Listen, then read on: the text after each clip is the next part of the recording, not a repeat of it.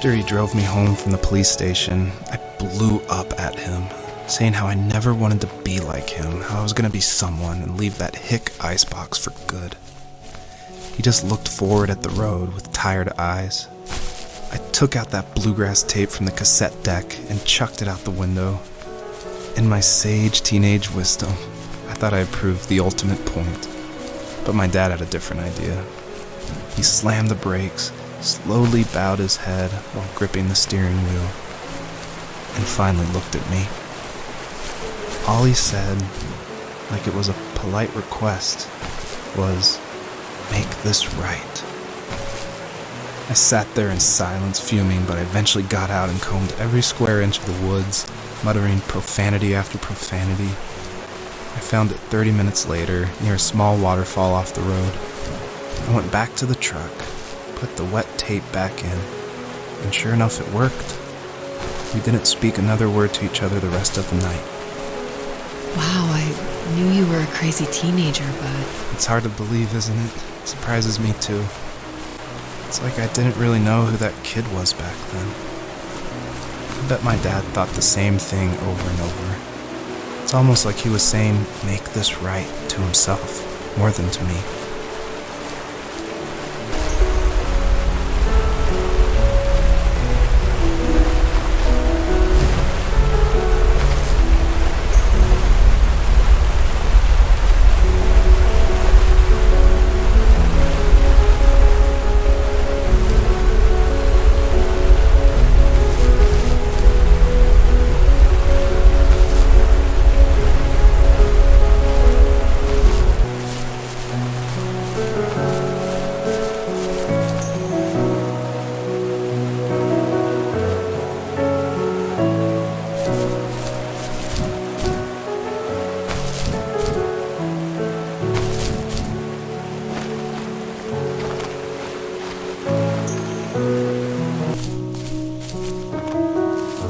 If there was some way I could take my love of drawing and turn it into a way of escape, nothing would make me happier.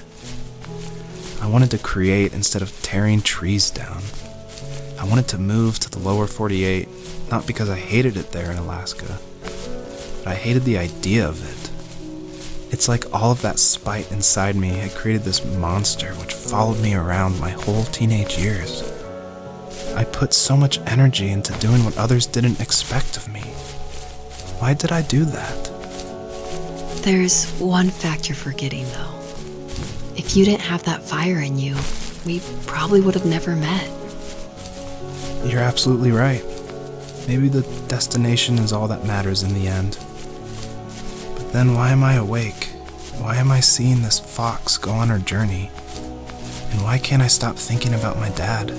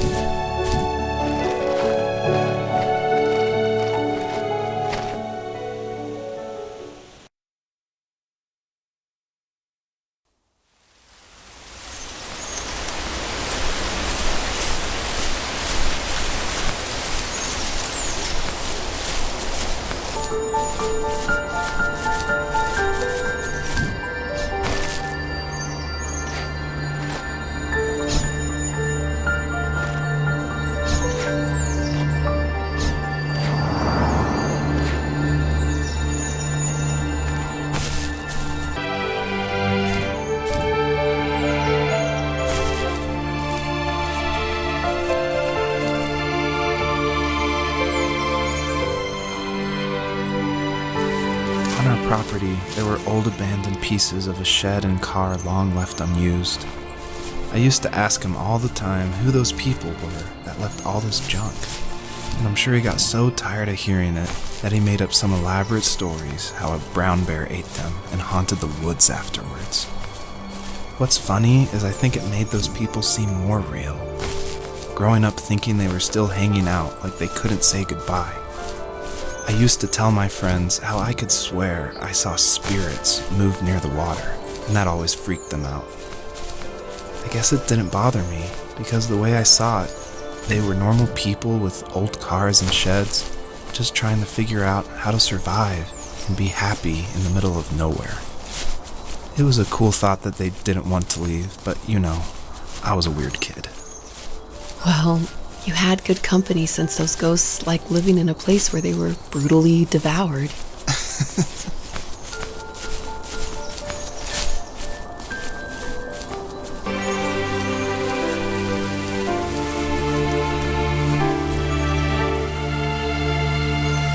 My dad built a lot of stuff in his free time. If he wasn't watching fly fishing or reading Tom Clancy novels, he was carving something. He made tons of birdhouses. Not that he was into bird watching, but I think he really missed working and adding on to the home. If he couldn't afford the time to build onto our own house, he would have to settle with watching birds move into their little homes. We kept an old mattress in the bed of that ugly yellow truck, so we would drive it deep into the woods and then watch the birds fly into their houses while the sun set. Usually it was accompanied by venison jerky or a cold Coke, but not a lot of talking, which is how we both liked it.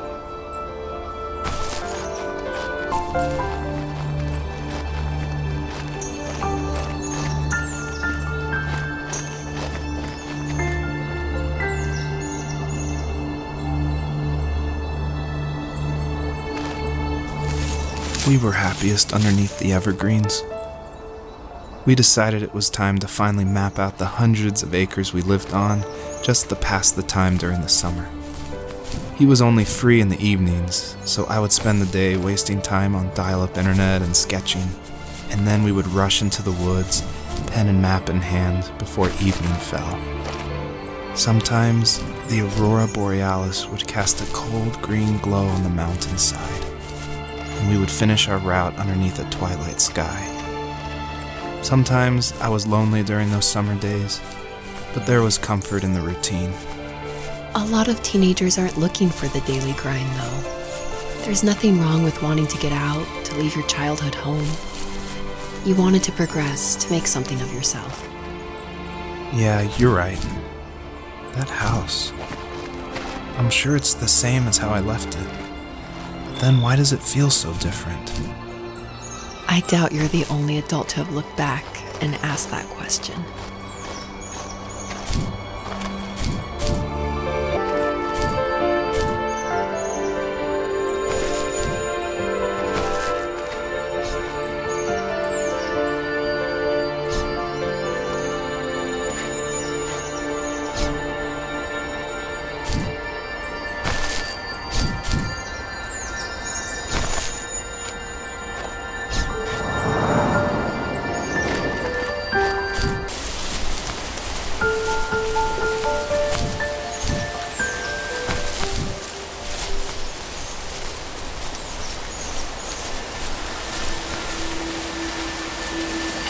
Even at my most distant, at the times when I detested him the most, he kept reaching out.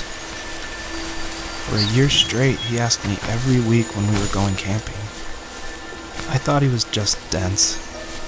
Eventually, to shut him up, I agreed. We carried out the worn lawn chairs from the garage and set up a cinder block campfire at the site we'd always used behind the house.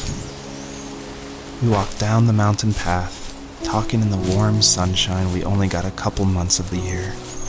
Those 3 obsidian rocks shimmered alongside the shore, almost like sparklers pressed against a dark window. I'll never forget that wet stone on my feet, or how those massive mountains looked even bigger in the lake's reflection. I felt small, but grateful. As the sun set, my dad found something I hadn't seen for a long time. The tree where I'd made my first carving when I was 6. I hadn't even carved it. My dad had helped me, but I still called it my tree. Something about seeing my name there made me open up, and we talked about everything that night in that old camouflage tent. I told him how much I loved sketching and design, and how it would be a dream to study architecture in Seattle. I told him how I didn't get along with my friends much anymore, but that I didn't mind being alone. He told me he was there for me, and he joked that if all he had to do was write my name on a tree to finally get me to talk, He would have left me carved logs with novels on them in front of my room every morning. I don't know why it took me that long to realize it, but it was then I knew how much he had sacrificed for me.